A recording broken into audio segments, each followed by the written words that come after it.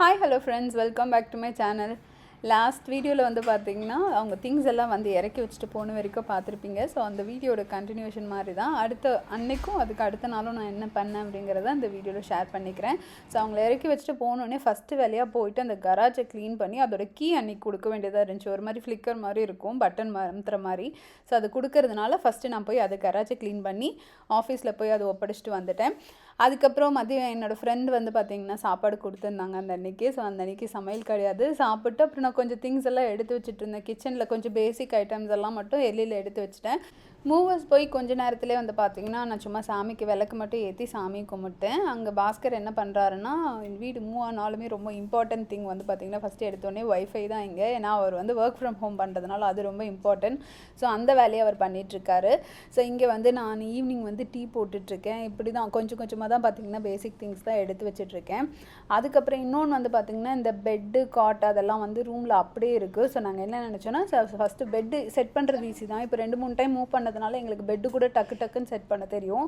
Hartley ஒரு 10-15 மினிட்ஸில் set பண்ணிவிடுவோம். ஸோ அந்த வேலை தான் பார்த்துட்டு இருந்தோம். ஸோ ரித்திகா எடுத்தேன் அந்த வீடியோ. அதனால தான் வந்து பார்த்திங்கன்னா பயங்கர ஷேக்கியாக இருக்குது. அவள் எடுக்கிறேன்னா சரி எடுக்கட்டும் அப்படின்னு விட்டுட்டேன். ஸோ அந்த அன்றைக்கி நைட்டே வந்து பார்த்திங்கன்னா பெட்டெல்லாம் வந்து நீட்டாக போட்டு வச்சுட்டோம். இது வந்து பார்த்திங்கன்னா அடுத்த நாள் காலையில் ரித்திகாக்கு அன்றைக்கி ஸ்கூல் இருந்தது. ஸோ காலையில் லஞ்ச் பேக் பண்ணுறதுக்காக அந்த சைடு ரைஸ் கர்ட் ரைஸ் வச்சுட்டு இங்கே ஸ்வீட் பொட்டேட்டோ சும்மா கட் பண்ணி சால்ட்டு லைட்டாக தான் பெப்பர் போடுவேன், போட்டு நம்ம சாட்டை பண்ணி கொடுத்தாவே நல்லா சாப்பிட்ருவா. காலையில் அதுக்கப்புறம் நாங்கள் பிரேக்ஃபாஸ்ட் வந்து உப்புமா.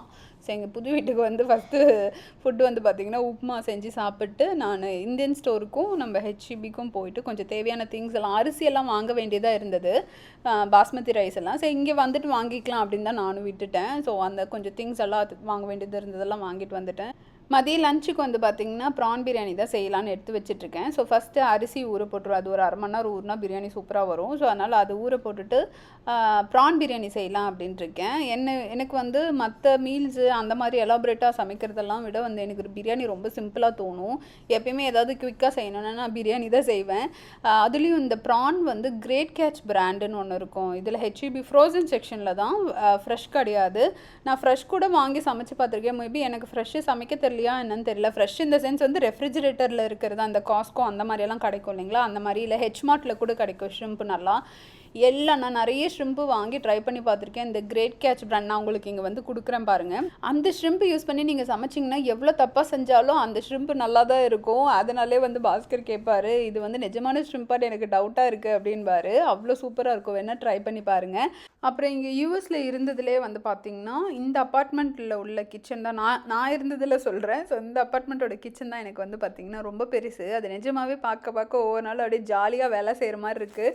ஆனால் இந்த ஃபஸ்ட்டு ஒரு வாரம் இப்படி நடந்து நிஜமாகவே ஒரு மாதிரி கால் வலிச்சிச்சு. இப்போது இந்த வீடியோ பார்க்கும்போது எனக்கே தோணுது, மேபி இந்த மாதிரி நடந்துகிட்டே இருந்ததுனால தான் ஒரு மாதிரி கால் வலிச்சிச்சோ என்னமோன்னு நினச்சேன். ஸோ அதுக்குள்ளே வந்து பார்த்திங்கன்னா கொஞ்சம் திங்ஸ் எடுத்து வச்சுட்டு ரித்திகாவை நான் போய் கூட்டிகிட்டு வந்துட்டு அவள் வந்து ஷ்ரிம்ப் பிரியாணி சாப்பிட்டே வந்து பார்த்திங்கன்னா ரைம்ஸ் பார்த்துட்ருக்கா. ஸோ அவளை கூட்டிகிட்டு வந்துட்டு நான் டக்குன்னு நானும் லஞ்சு சாப்பிட்டு நான் திரும்பவும் அன்பேக் தான் பண்ணேன். ஸ்டில் கொஞ்சம் திங்ஸ் வந்து அந்த வீட்டில் இருந்துச்சு, பழைய வீட்டில் இருந்தது. ஸோ பழைய வீடு இன்னும் நம்ம கிட்ட தான் இருக்குது. நான் இங்கே வந்தது வந்து பார்த்திங்கன்னா வெட்னஸ்டே. அது பழைய வீட்டு சாவி கொடுக்கறது வந்து பார்த்திங்கன்னா சண்டே. ஸோ நான் என்ன நினச்சேன்னா வெட்னஸ்டே வந்துட்டோமா, தேர்ஸ்டே ஃப்ரைடே ஃபுல்லாக இங்கே வந்து நம்ம அரேஞ்ச் பண்ணி வச்சுட்டு சாட்டர்டே சண்டே க்ளீனிங்க்கு போனால் போதும் அப்படி தான் யோசிச்சேன். அப்படி தான் நான் பண்ணேன் ஆக்சுவலாகவே. ஸோ நான் ஃபர்ஸ்ட்டு வந்து கிச்சனில் ஆல்மோஸ்ட் அந்த பேண்ட்ரி திங்ஸு அப்புறம் கொஞ்சம் சாமானெல்லாம் அன்பேக் பண்ணிவிட்டு நெக்ஸ்ட்டு பேசிக்காக ரொம்ப முக்கியமானது வந்து பார்த்திங்கன்னா இந்த பாத்ரூம் இதெல்லாம். ஸோ இது எதுவுமே நான் வந்து ஆர்கனைஸ் பண்ணல, இந்த பாத்ரூம் ஸ்டெப்ஸ் எல்லாம். ஜஸ்ட்டு நான் எனக்கு எங்கெங்கே தோணுதோ அங்கங்கே வச்சுருக்கேன். அதுக்கப்புறம் பார்த்து எல்லாத்தையும் சார்ட் அவுட் பண்ணிவிட்டு எது எங்கெங்கே வைக்கணும் அப்படின்றத வந்து நான் பண்ணிக்கலாம் அப்படின்னு நினச்சேன். அதுக்கு அடுத்தது இதெல்லாம் எசென்ஷியலை விட அடுத்த எசென்ஷியல் வந்து பார்த்திங்கன்னா ரித்திகாவோட டாய் செட் பண்ணுறது தான். இல்லைனா நம்ம வந்து வேலை செய்யவே விட மாட்டாங்க. ரித்திகா வரதுக்கு முன்னாடி காலையில் செய்யணும்னு நினச்சேன். ஆனால் எனக்கு டைம் இல்லை, அதனால வந்து பார்த்திங்கன்னா வந்ததுக்கப்புறம் தான் செஞ்சேன். இது வேறு நம்ம அசம்பிள் பண்ணும்போது நான் மாற்றி போட்டுட்டேன். ஸோ அதை திரும்பவும் கழட்டி திரும்பவும் போட்டேன். பார்க்குறதுக்கு மேபி உங்களுக்கு ஒரு 10-20 செகண்ட் பார்க்குற மாதிரி இருக்கும். ஆனால் லிட்ரலாகவே எனக்கு இது ஃபுல்லாக செட் பண்ணுறதுக்கு ஒரு 45 மினிட்ஸ்லேருந்து 1 hour போல் டைம் தேவைப்பட்டுச்சு. நம்ம இதை பாட்டு செட் பண்ணி கொடுத்துட்டோன்னு வச்சுக்கோங்களேன், அங்கங்கே களைச்சி போட்டுட்ருக்க மாட்டா. ஏற்கனவே வந்து திங்ஸ் எல்லாம் களைஞ்சிருக்கிறது பயங்கர ஸ்ட்ரெஸ்ஃபுல்லாக தான் இருக்கும். அதில் இந்த டாய்ஸ் எல்லாம் சேர்ந்து களைஞ்சிருந்தா இன்னுமே வந்து கசகசன்னு இருக்கும்.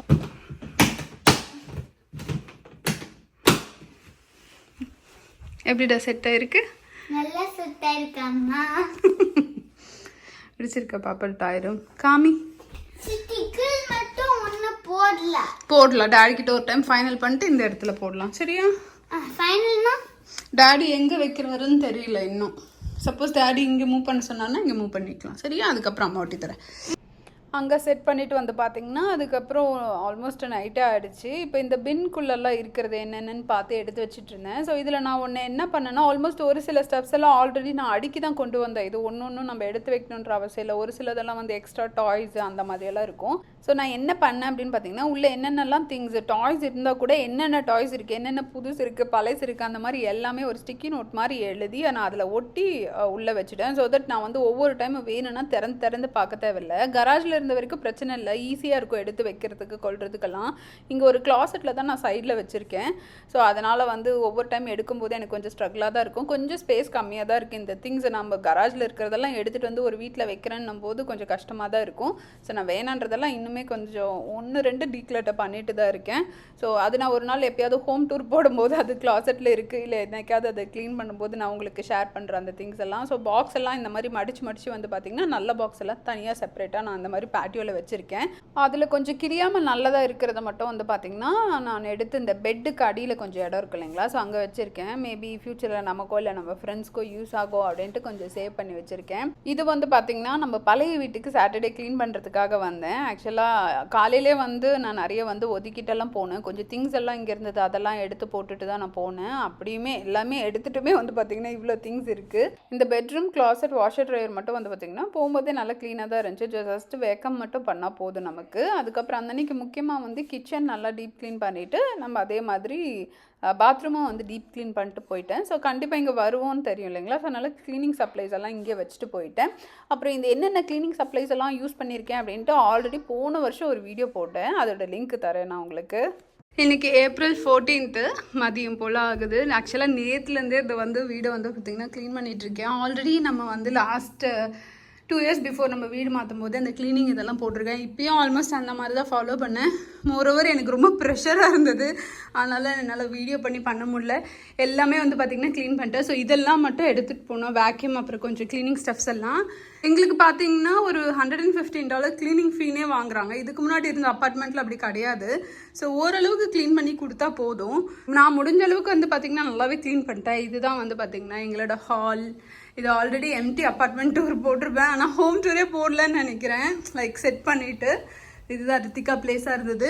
முடிஞ்ச அளவுக்கு வந்து நான் நிறைய இது பண்ணேன், லைக் அழிச்சு விட்டேன். அப்புறம் இந்த view, I think this is the last time. இது நிஜமாவே ரொம்பவே மிஸ் பண்ண போகிறோம். ஏன்னா இந்த மாதிரி வியூ வந்து நாங்கள் இது வரைக்கும் இந்த அப்பார்ட்மெண்ட்லேயும் இருந்ததில்லை. ரொம்ப காமாக இருக்கும், எவ்வளோ தான் ஒரு மாதிரி இருந்தாலும் இங்கே வந்து உட்காரும் போது ரொம்ப நல்லாயிருக்கும். அதே மாதிரி செகண்ட் ஃப்ளோரில் இருக்கிறதுனால கொஞ்சம் ப்ரைவசியாகவும் இருக்கும். இங்கே ஒன்றும் பெருசாக சும்மா பெருக்கி மட்டும்தான் விட்டுருக்கேன். நிறைய செவத்துலலாம் கொஞ்சம் கொஞ்சம் எழுதி வச்சுருந்தா லைட்டாக வந்து பார்த்திங்கன்னா க்ளீன் பண்ணி விட்டேன். கொஞ்சம் இருக்குது, ஓகே தான் நினைக்கிறேன். ரீபெயிண்ட் அண்ட் கார்பெட் பண்ணுவாங்கன்னு நினைக்கிறேன். கிச்சனும் வந்து பார்த்திங்கன்னா முடிஞ்ச அளவுக்கு ஏதோ என்னால் முடிஞ்ச அளவுக்கு க்ளீன் பண்ணிட்டேன். இந்த ஃப்ரிட்ஜ் எல்லாம் வந்து ஒரு மாதிரி ரஸ்ட் மாதிரி ஃபார்ம் ஆயிருந்துச்சு, ஒரு டாட்டாக. அதுக்கு வந்து நம்ம பீத்தாம்பரி பவுடர் யூஸ் பண்ணேன். ஆல்ரெடி ஒரு டைம் ஷார்ட்ஸ்க்காக வீடியோ எடுத்தேன், அது இருந்துச்சுன்னா நான் இது கூட ஆட் பண்ணி விடுறேன். இந்த வீடியோ ஷார்ட்ஸ்க்கு எடுத்ததுனால வந்து பார்த்திங்கன்னா இவ்வளோ வெர்டிக்கலாக இருக்குது. ஸோ கொஞ்சம் ரொம்ப அழுக்காக தான் இருக்குது, அதை கண்டுக்காதீங்க. ஸோ இந்த மாதிரி அங்கங்கே ரெஸ்ட்டாக போகும். எப்போ அப்படின்னா ஒழுங்காக தொடச்சி மெயின்டைன் பண்ணலன்னா இந்த மாதிரி சம்டைம்ஸ் ஆகும். நான் சும்மா லைட்டாக வந்து இந்த ஆன்டி பாக்டீரியல் வைப்ஸ் வச்சு பண்ணுவேன். ஸ்டில் எனக்கு வந்து அந்த மாதிரி ஆச்சு. ஸோ நான் பீத்தாம்பரி பவுடர் நார்மல் பிளெயின் வாட்டரில் நம்ம துணி இது பாத்திரம் தேய்ப்போம் இல்லைங்களா, ஸோ அந்த ஸ்க்ரப்பை வச்சு சும்மா இந்த மாதிரி பண்ணிவிட்டு, ரொம்ப கூட நான் ஹார்டெல்லாம் பண்ணல, பட் ஜஸ்ட் இந்த மாதிரி போட்டு ஜஸ்ட் ஒரு மைக்ரோஃபைபர் கிளாத் வச்சு இந்த மாதிரி தொடச்சி விட்டாவே சூப்பராக வந்து க்ளீன் ஆகிடுச்சு. இது எதாவது நான் டிஷ் வாஷருக்கும் பண்ணேன், ஃப்ரிட்ஜுக்கும் பண்ணேன். இது ஆக்சுவலாக யாரோ ஒருத்தவங்க யூடியூப்பில் காமிச்சாங்க, அதை வச்சு தான் பண்ணேன். ஸோ இதில் பண்ணலாமான்னு கூட தெரியல, பட் எனக்கு ஒர்க் ஆச்சு. ஸோ ஜஸ்ட்டு ஷேர் பண்ணணும்னு நினச்சேன் உங்ககிட்ட.